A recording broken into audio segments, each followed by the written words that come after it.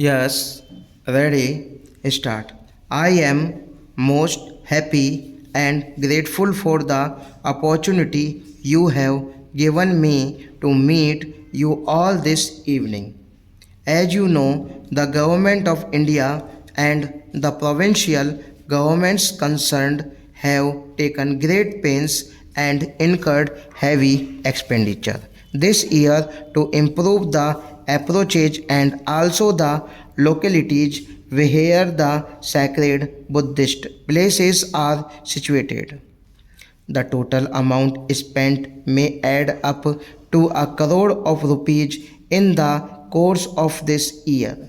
That indicates the interest which the Government of India and the people of India are taking in Buddhism and its sacred places. You have been good enough to mention some points which I shall have looked into. I will try to see that as far as possible no complaints are left unattended. You have mentioned Bodh Gaya. I have been personally connected with the Bodh Gaya affairs for a pretty long time. More than 25 years ago, a deputation of Buddhists from Ceylon and Burma came here. It wanted to have control of the Bodh Gaya temple. At that time, though the Congress had nothing to do with the government, it took up the matter and appointed a committee to make suggestions as to how best the Bodh Gaya temple could be managed in the interest of all and to the satisfaction of the Buddhists. The committee, of which I happened to be secretary at the time, recommended that the management of the temple should be placed in the hands of a committee on which Buddhists as well as Hindus should be represented. That was because the Hindus also worshipped the Buddha. Their method of worship may differ from that of the Buddhists, but they held Lord Buddha in great veneration as one of the avatars. We could not do anything at that time as there was a Mahant in actual possession of the temple and he did not agree to part with his right in 1937. However, when the Congress for the first time formed government in Bihar, it took up the question of the appointment of a temple committee once again.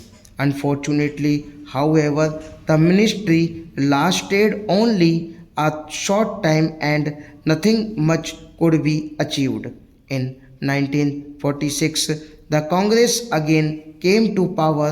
The matter was then reopened and a law was passed by virtue of which the management of the temple was taken away from the Mahant. You have said in your address that there is no suitable platform for offering lights in the temple. I do not see any difficulty in meeting this request.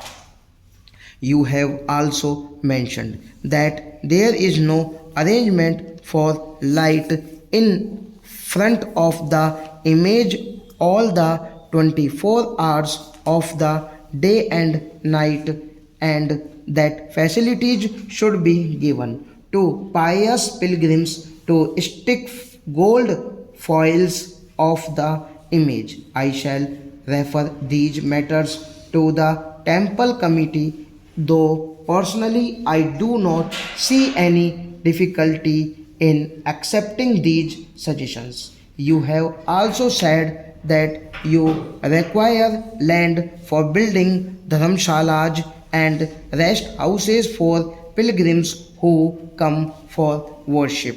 I believe that in all these places, including Bodh Gaya, some dharamshalas have been built which are pretty big and well furnished. Some houses have also been built by the well to do people. If more dharamshalas are needed, they can certainly be built with the help of philanthropic organizations and individuals. Being a thickly populated area, the availability of land may present some problem, but the government can always acquire land for an essential purpose.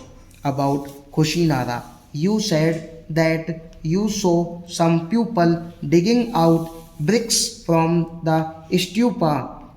As you know, all sacred places, including Kushinara, have been taken over by the archaeological department. They are therefore protected monuments, and anyone found damaging them is liable to prosecution under the ordinary law of the land.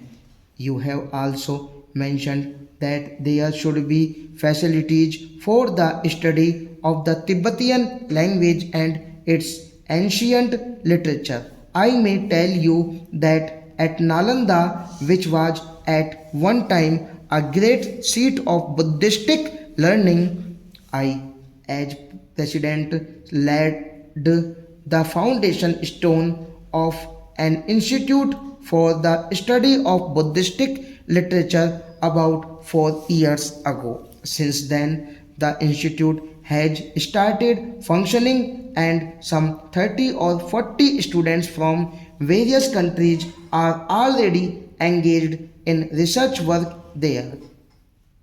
I do not know whether there are any facilities in this institute for the study of Tibetan literature, but I shall refer this matter to the director and see whether anything can be done to encourage the study of Tibetan by the students as also of Indian languages by Tibetans and others. Regarding the other small matters mentioned in your address, I would request you to give me the points in writing so that I might ask the authorities concerned to look into them.